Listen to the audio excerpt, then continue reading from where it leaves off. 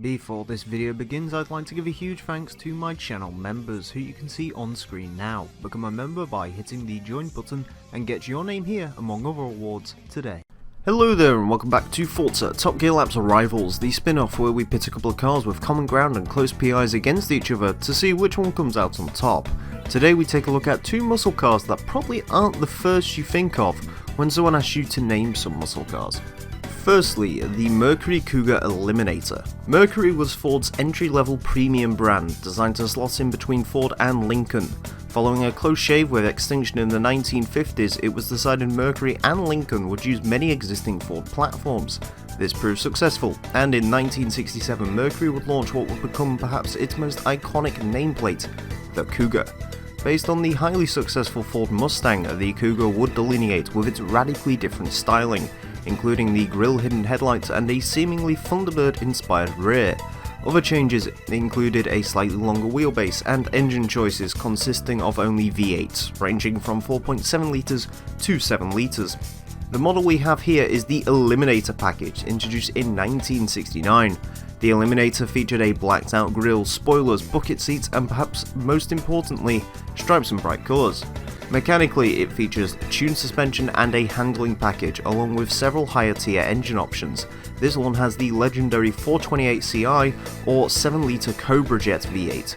This model, being a 1970, would be the final year of the first generation Mercury Cougar. The Cougar would go on to have 8 generations, changing from a muscle car, to a luxury coupe, to a midsize, to even a sports compact based on the Ford Mondeo in its final generation, which ceased in 2002. The Mercury brand would not continue much longer afterwards, with sales drops and brand redundancy finally consuming the company after years' image issues in 2011.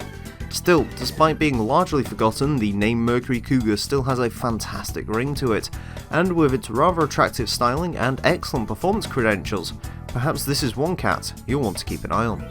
Next up, the Chevrolet Chevelle, introduced in 1964 as a direct response to cars such as the AMC Rambler and Ford Fairlane, as a highly configurable midsize with the option of everything from a convertible to a station wagon to the famous El Camino Ute.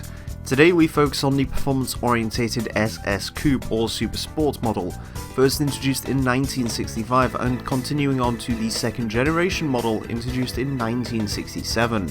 This particular car is a 1970 Model SS. In 1970, the Chevelle received a facelift, resulting in a more square, aggressive-looking car. The SS featured special suspension, blacked-out grille, and wide oval tyres, and featured the option of cowl induction. This was a scoop on the bonnet that opened up under hard acceleration, cramming more cool air into the engine and functioning somewhat like a natural supercharger, thus producing more power. In addition to this car having cowl induction, it also has the special LS6 version of the top tier 454 or 7.4 litre V8 engine, featuring a 4-barrel Holley carburetor and higher compression, resulting in an extra 90 horsepower over the standard 454 engine, making this one of the most powerful cars of its day. While it wasn't hugely popular in this guise, the Chevelle was a successful car for Chevrolet and ran until 1978, when it was succeeded by the Malibu, which was the name of previously the most popular trim level for the Chevelle. The Malibu continues to this day, although unsurprisingly being nothing like its original namesake, now being a rather hideous front-wheel drive humdrum saloon. The Chevelle, thanks to its ludicrous power figures and distinctive styling, has become a favourite among collectors, with LS6 equipped models being worth in excess of $100,000. So now you know the cars, and you definitely know the track, it's time to see which one is really a cat, and which one is the mouse. Onto the track then, and we begin with the 1970 Mercury Cougar Eliminator, 335 horsepower, 440 foot-pound torque, 3,435 pounds of weight. Between this and the Chevelle, the key difference is of course power figures. The Chevelle is a lot more powerful, as you'll see in a second. However, the Cougar is a lot lighter. It is over 300 pounds lighter, in fact, over the Chevelle. So this is the battle between sort of lightweight versus pure raw power. And when it comes to the Top Gear track, both techniques are relatively viable. Overall, I do actually really like the Cougar Eliminator. I think it's actually a pretty good looking muscle car, probably one of the better looking muscle cars of its day, although it does have some weird angles on it that I'm not too much a fan of.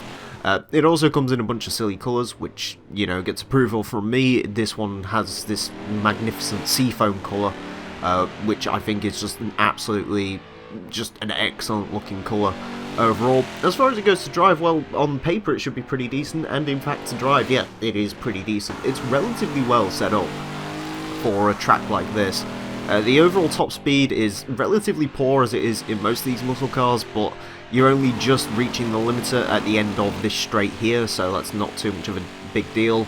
The suspension's not quite as wallowy as maybe you'd expect from a muscle car. Yeah, overall a pretty nice to drive muscle car. Not my personal favourite when it comes to driving. There are other muscle cars that drive better, but the Cougar is a decent all-rounder. Next up, a 1970 Chevrolet Chevelle 454, 450 horsepower, 500 foot-pound torque, 3,799 pounds of weight. Yeah, those are some crazy figures. The Chevelle, just a magnificently powerful car. I don't think it was quite the most powerful muscle car of its day. I want to say the Galaxy 500 may have been the most powerful, but yeah, the Chevelle's got some crazy figures, and there's even rumours that it was in fact underrated and could produce well over 500 horsepower from factory, which is insanity when you think about it, considering it's on 1970s suspension and tyres. Granted, it's uprated, but it's still American suspension from the 1970s, so take that as you will. As far as the Chevelle goes to drive, well, this one, it was actually kind of surprising. It's nowhere near as quick as you'd think it'd be. With those power figures, with the reputation the Chevelle has, you'd think this thing would be insanely quick accelerating, but it just isn't as quick as you'd think it'd be. It's honestly not that much quicker feeling than the Cougar, and you get all the downsides that you don't get in the Cougar, i.e. the suspension is incredibly soft. Very soft from factory, not quite a Fairlane Thunderbolt, but not too far off, and just overall the handling is not there from the Cougar, or indeed from a lot of its muscle contemporaries of the time. Even the Camaro, I'd probably hazard a guess, handles better and might even outperform it in terms of acceleration and stuff, so a little bit disappointing when it comes to Chevelle, and the Chevelle was the loser of today. The Cougar, the winner.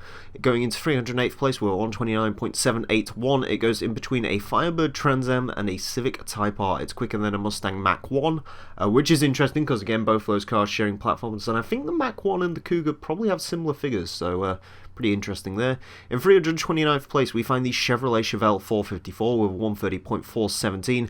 It is very slightly quicker than the Camaro, so maybe I was wrong in that regard. Quicker than a Firebird Trans Am, but slower than an Oldsmobile 442, which is interesting because I believe those two cars do share several components, and it's slower than a GTO Judge as well, which again, shared components.